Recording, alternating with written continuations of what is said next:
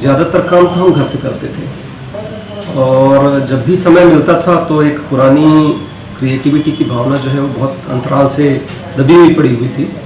और पहले मैं कविताएं लिखता था और फिर सोचा, मैंने कहानी पढ़ना प्रारंभ किया तो पहली स्टोरी जब लिखने का ख्याल आया तो मैंने सोचा कि थोड़ी ऐसी प्रेरक चीज़ें लिखें जो आज के युवाओं को उत्साहवर्धन कर सके। तो इसलिए मैंने थोड़ी कुछ मिलती जुलती अपने जीवन से एक कहानी लिखी जिसका नाम उड़ान है। और इसमें मैंने दिखाया है कि दो युवक और युवती अलग जो समाज से आते हैं वो किस तरीके से स्ट्रगल करते हैं और अपने जीवन में सफलता अर्जित करते हैं। बहुत सामान्य और बोलचाल के लैंग्वेज में मैंने लिखा है उसको, तो आपको पढ़ने में आनंद आएगा। जब मैं परीक्षा की तैयारी कर रहा था तो 2010 में मेरे फादर का देहांत हुआ। उससे पहले मैं प्राइवेट जॉब करता था और 2010 में मेरे फादर के देहांत के बाद में उनकी एक बड़ी इच्छा थी कि उनका कोई बेटा जो है, तीनों बेटे में से प्रशासनिक अधिकारी बने और यही मेरी पुस्तक की प्रेरणा थी। तो मैंने भी स्ट्रगल किया और आसपास जितने मित्र थे उनसे ही सहायता लेके मैंने भी जीवन में सफलता अर्जित की। तो एक बड़ा मेजर मेरे पास में प्लॉट था कि मैं उसके ऊपर में प्रेरणादायक पुस्तक बच्चों के लिए, जिन लोग तैयारी कर रहे हैं या जो छात्र हैं जो प्रेरित होना चाहते हैं, उनके लिए लिख सकूं।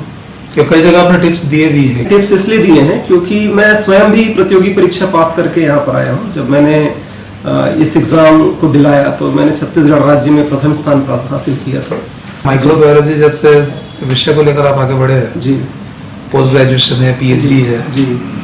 तो कहानी लेखन की तरफ आपका झुकाव? कहानी लेखन की ओर ज़्यादा झुकाव नहीं था, मेरा कविता लेखन की ओर ज़्यादा झुकाव था एक्चुअली में।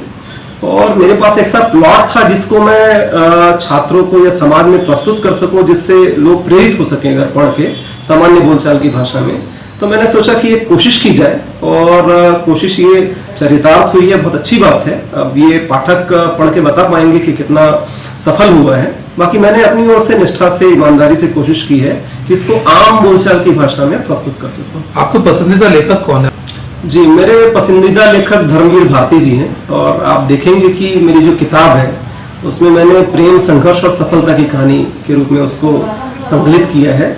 मैंने उनकी बहुत पहले किताब पढ़ी थी गुनाहों के देवता, और एक मैंने पढ़ी थी नदी के द्वीप। ऐसे मेरी ढेर सारी रचनाएं हैं मेरे पास जो मैंने पढ़ी हुई हैं और उसमें मैंने आम जीवन के स्ट्रगल को देखा है। एक्चुअली में जो लोग हैं, समाज में रहते हैं, उन लोग स्ट्रगल कैसे करते हैं जीवन में और सफल कैसे होते हैं, उसको मैंने देखा है।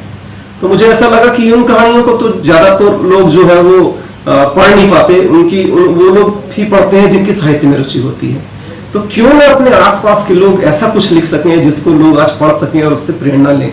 यही एक कारण था कि मैंने प्लॉट लिया अपने जीवन से और उसको एक कहानी के रूप में रूपांतरित किया। अपनी इसके अलावा भी कुछ पुस्तकें और लिखी है? जी, मैंने इसके अलावा काव्यांजलि करके एक किताब लिखी है जो कि नोशन प्रेस पर उपलब्ध है, अमेजन पर उपलब्ध है, जो कविताओं का संकलन है। और एक नमकीन चाय करके किताब मैंने लिखी है जो वो भी नोशन प्रेस और अमेजन पर उपलब्ध है। इसके अलावा मेरी एक और किताब अभी हाल ही में 8-10 दिन के अंदर, एक आध सप्ताह के अंदर आ जाएगी, तो वो भी पाठकों को पढ़ने के लिए मिलेगी। आपको ढेर सारी शुभकामनाएं एक पाठक की तरफ से। धन्यवाद सर।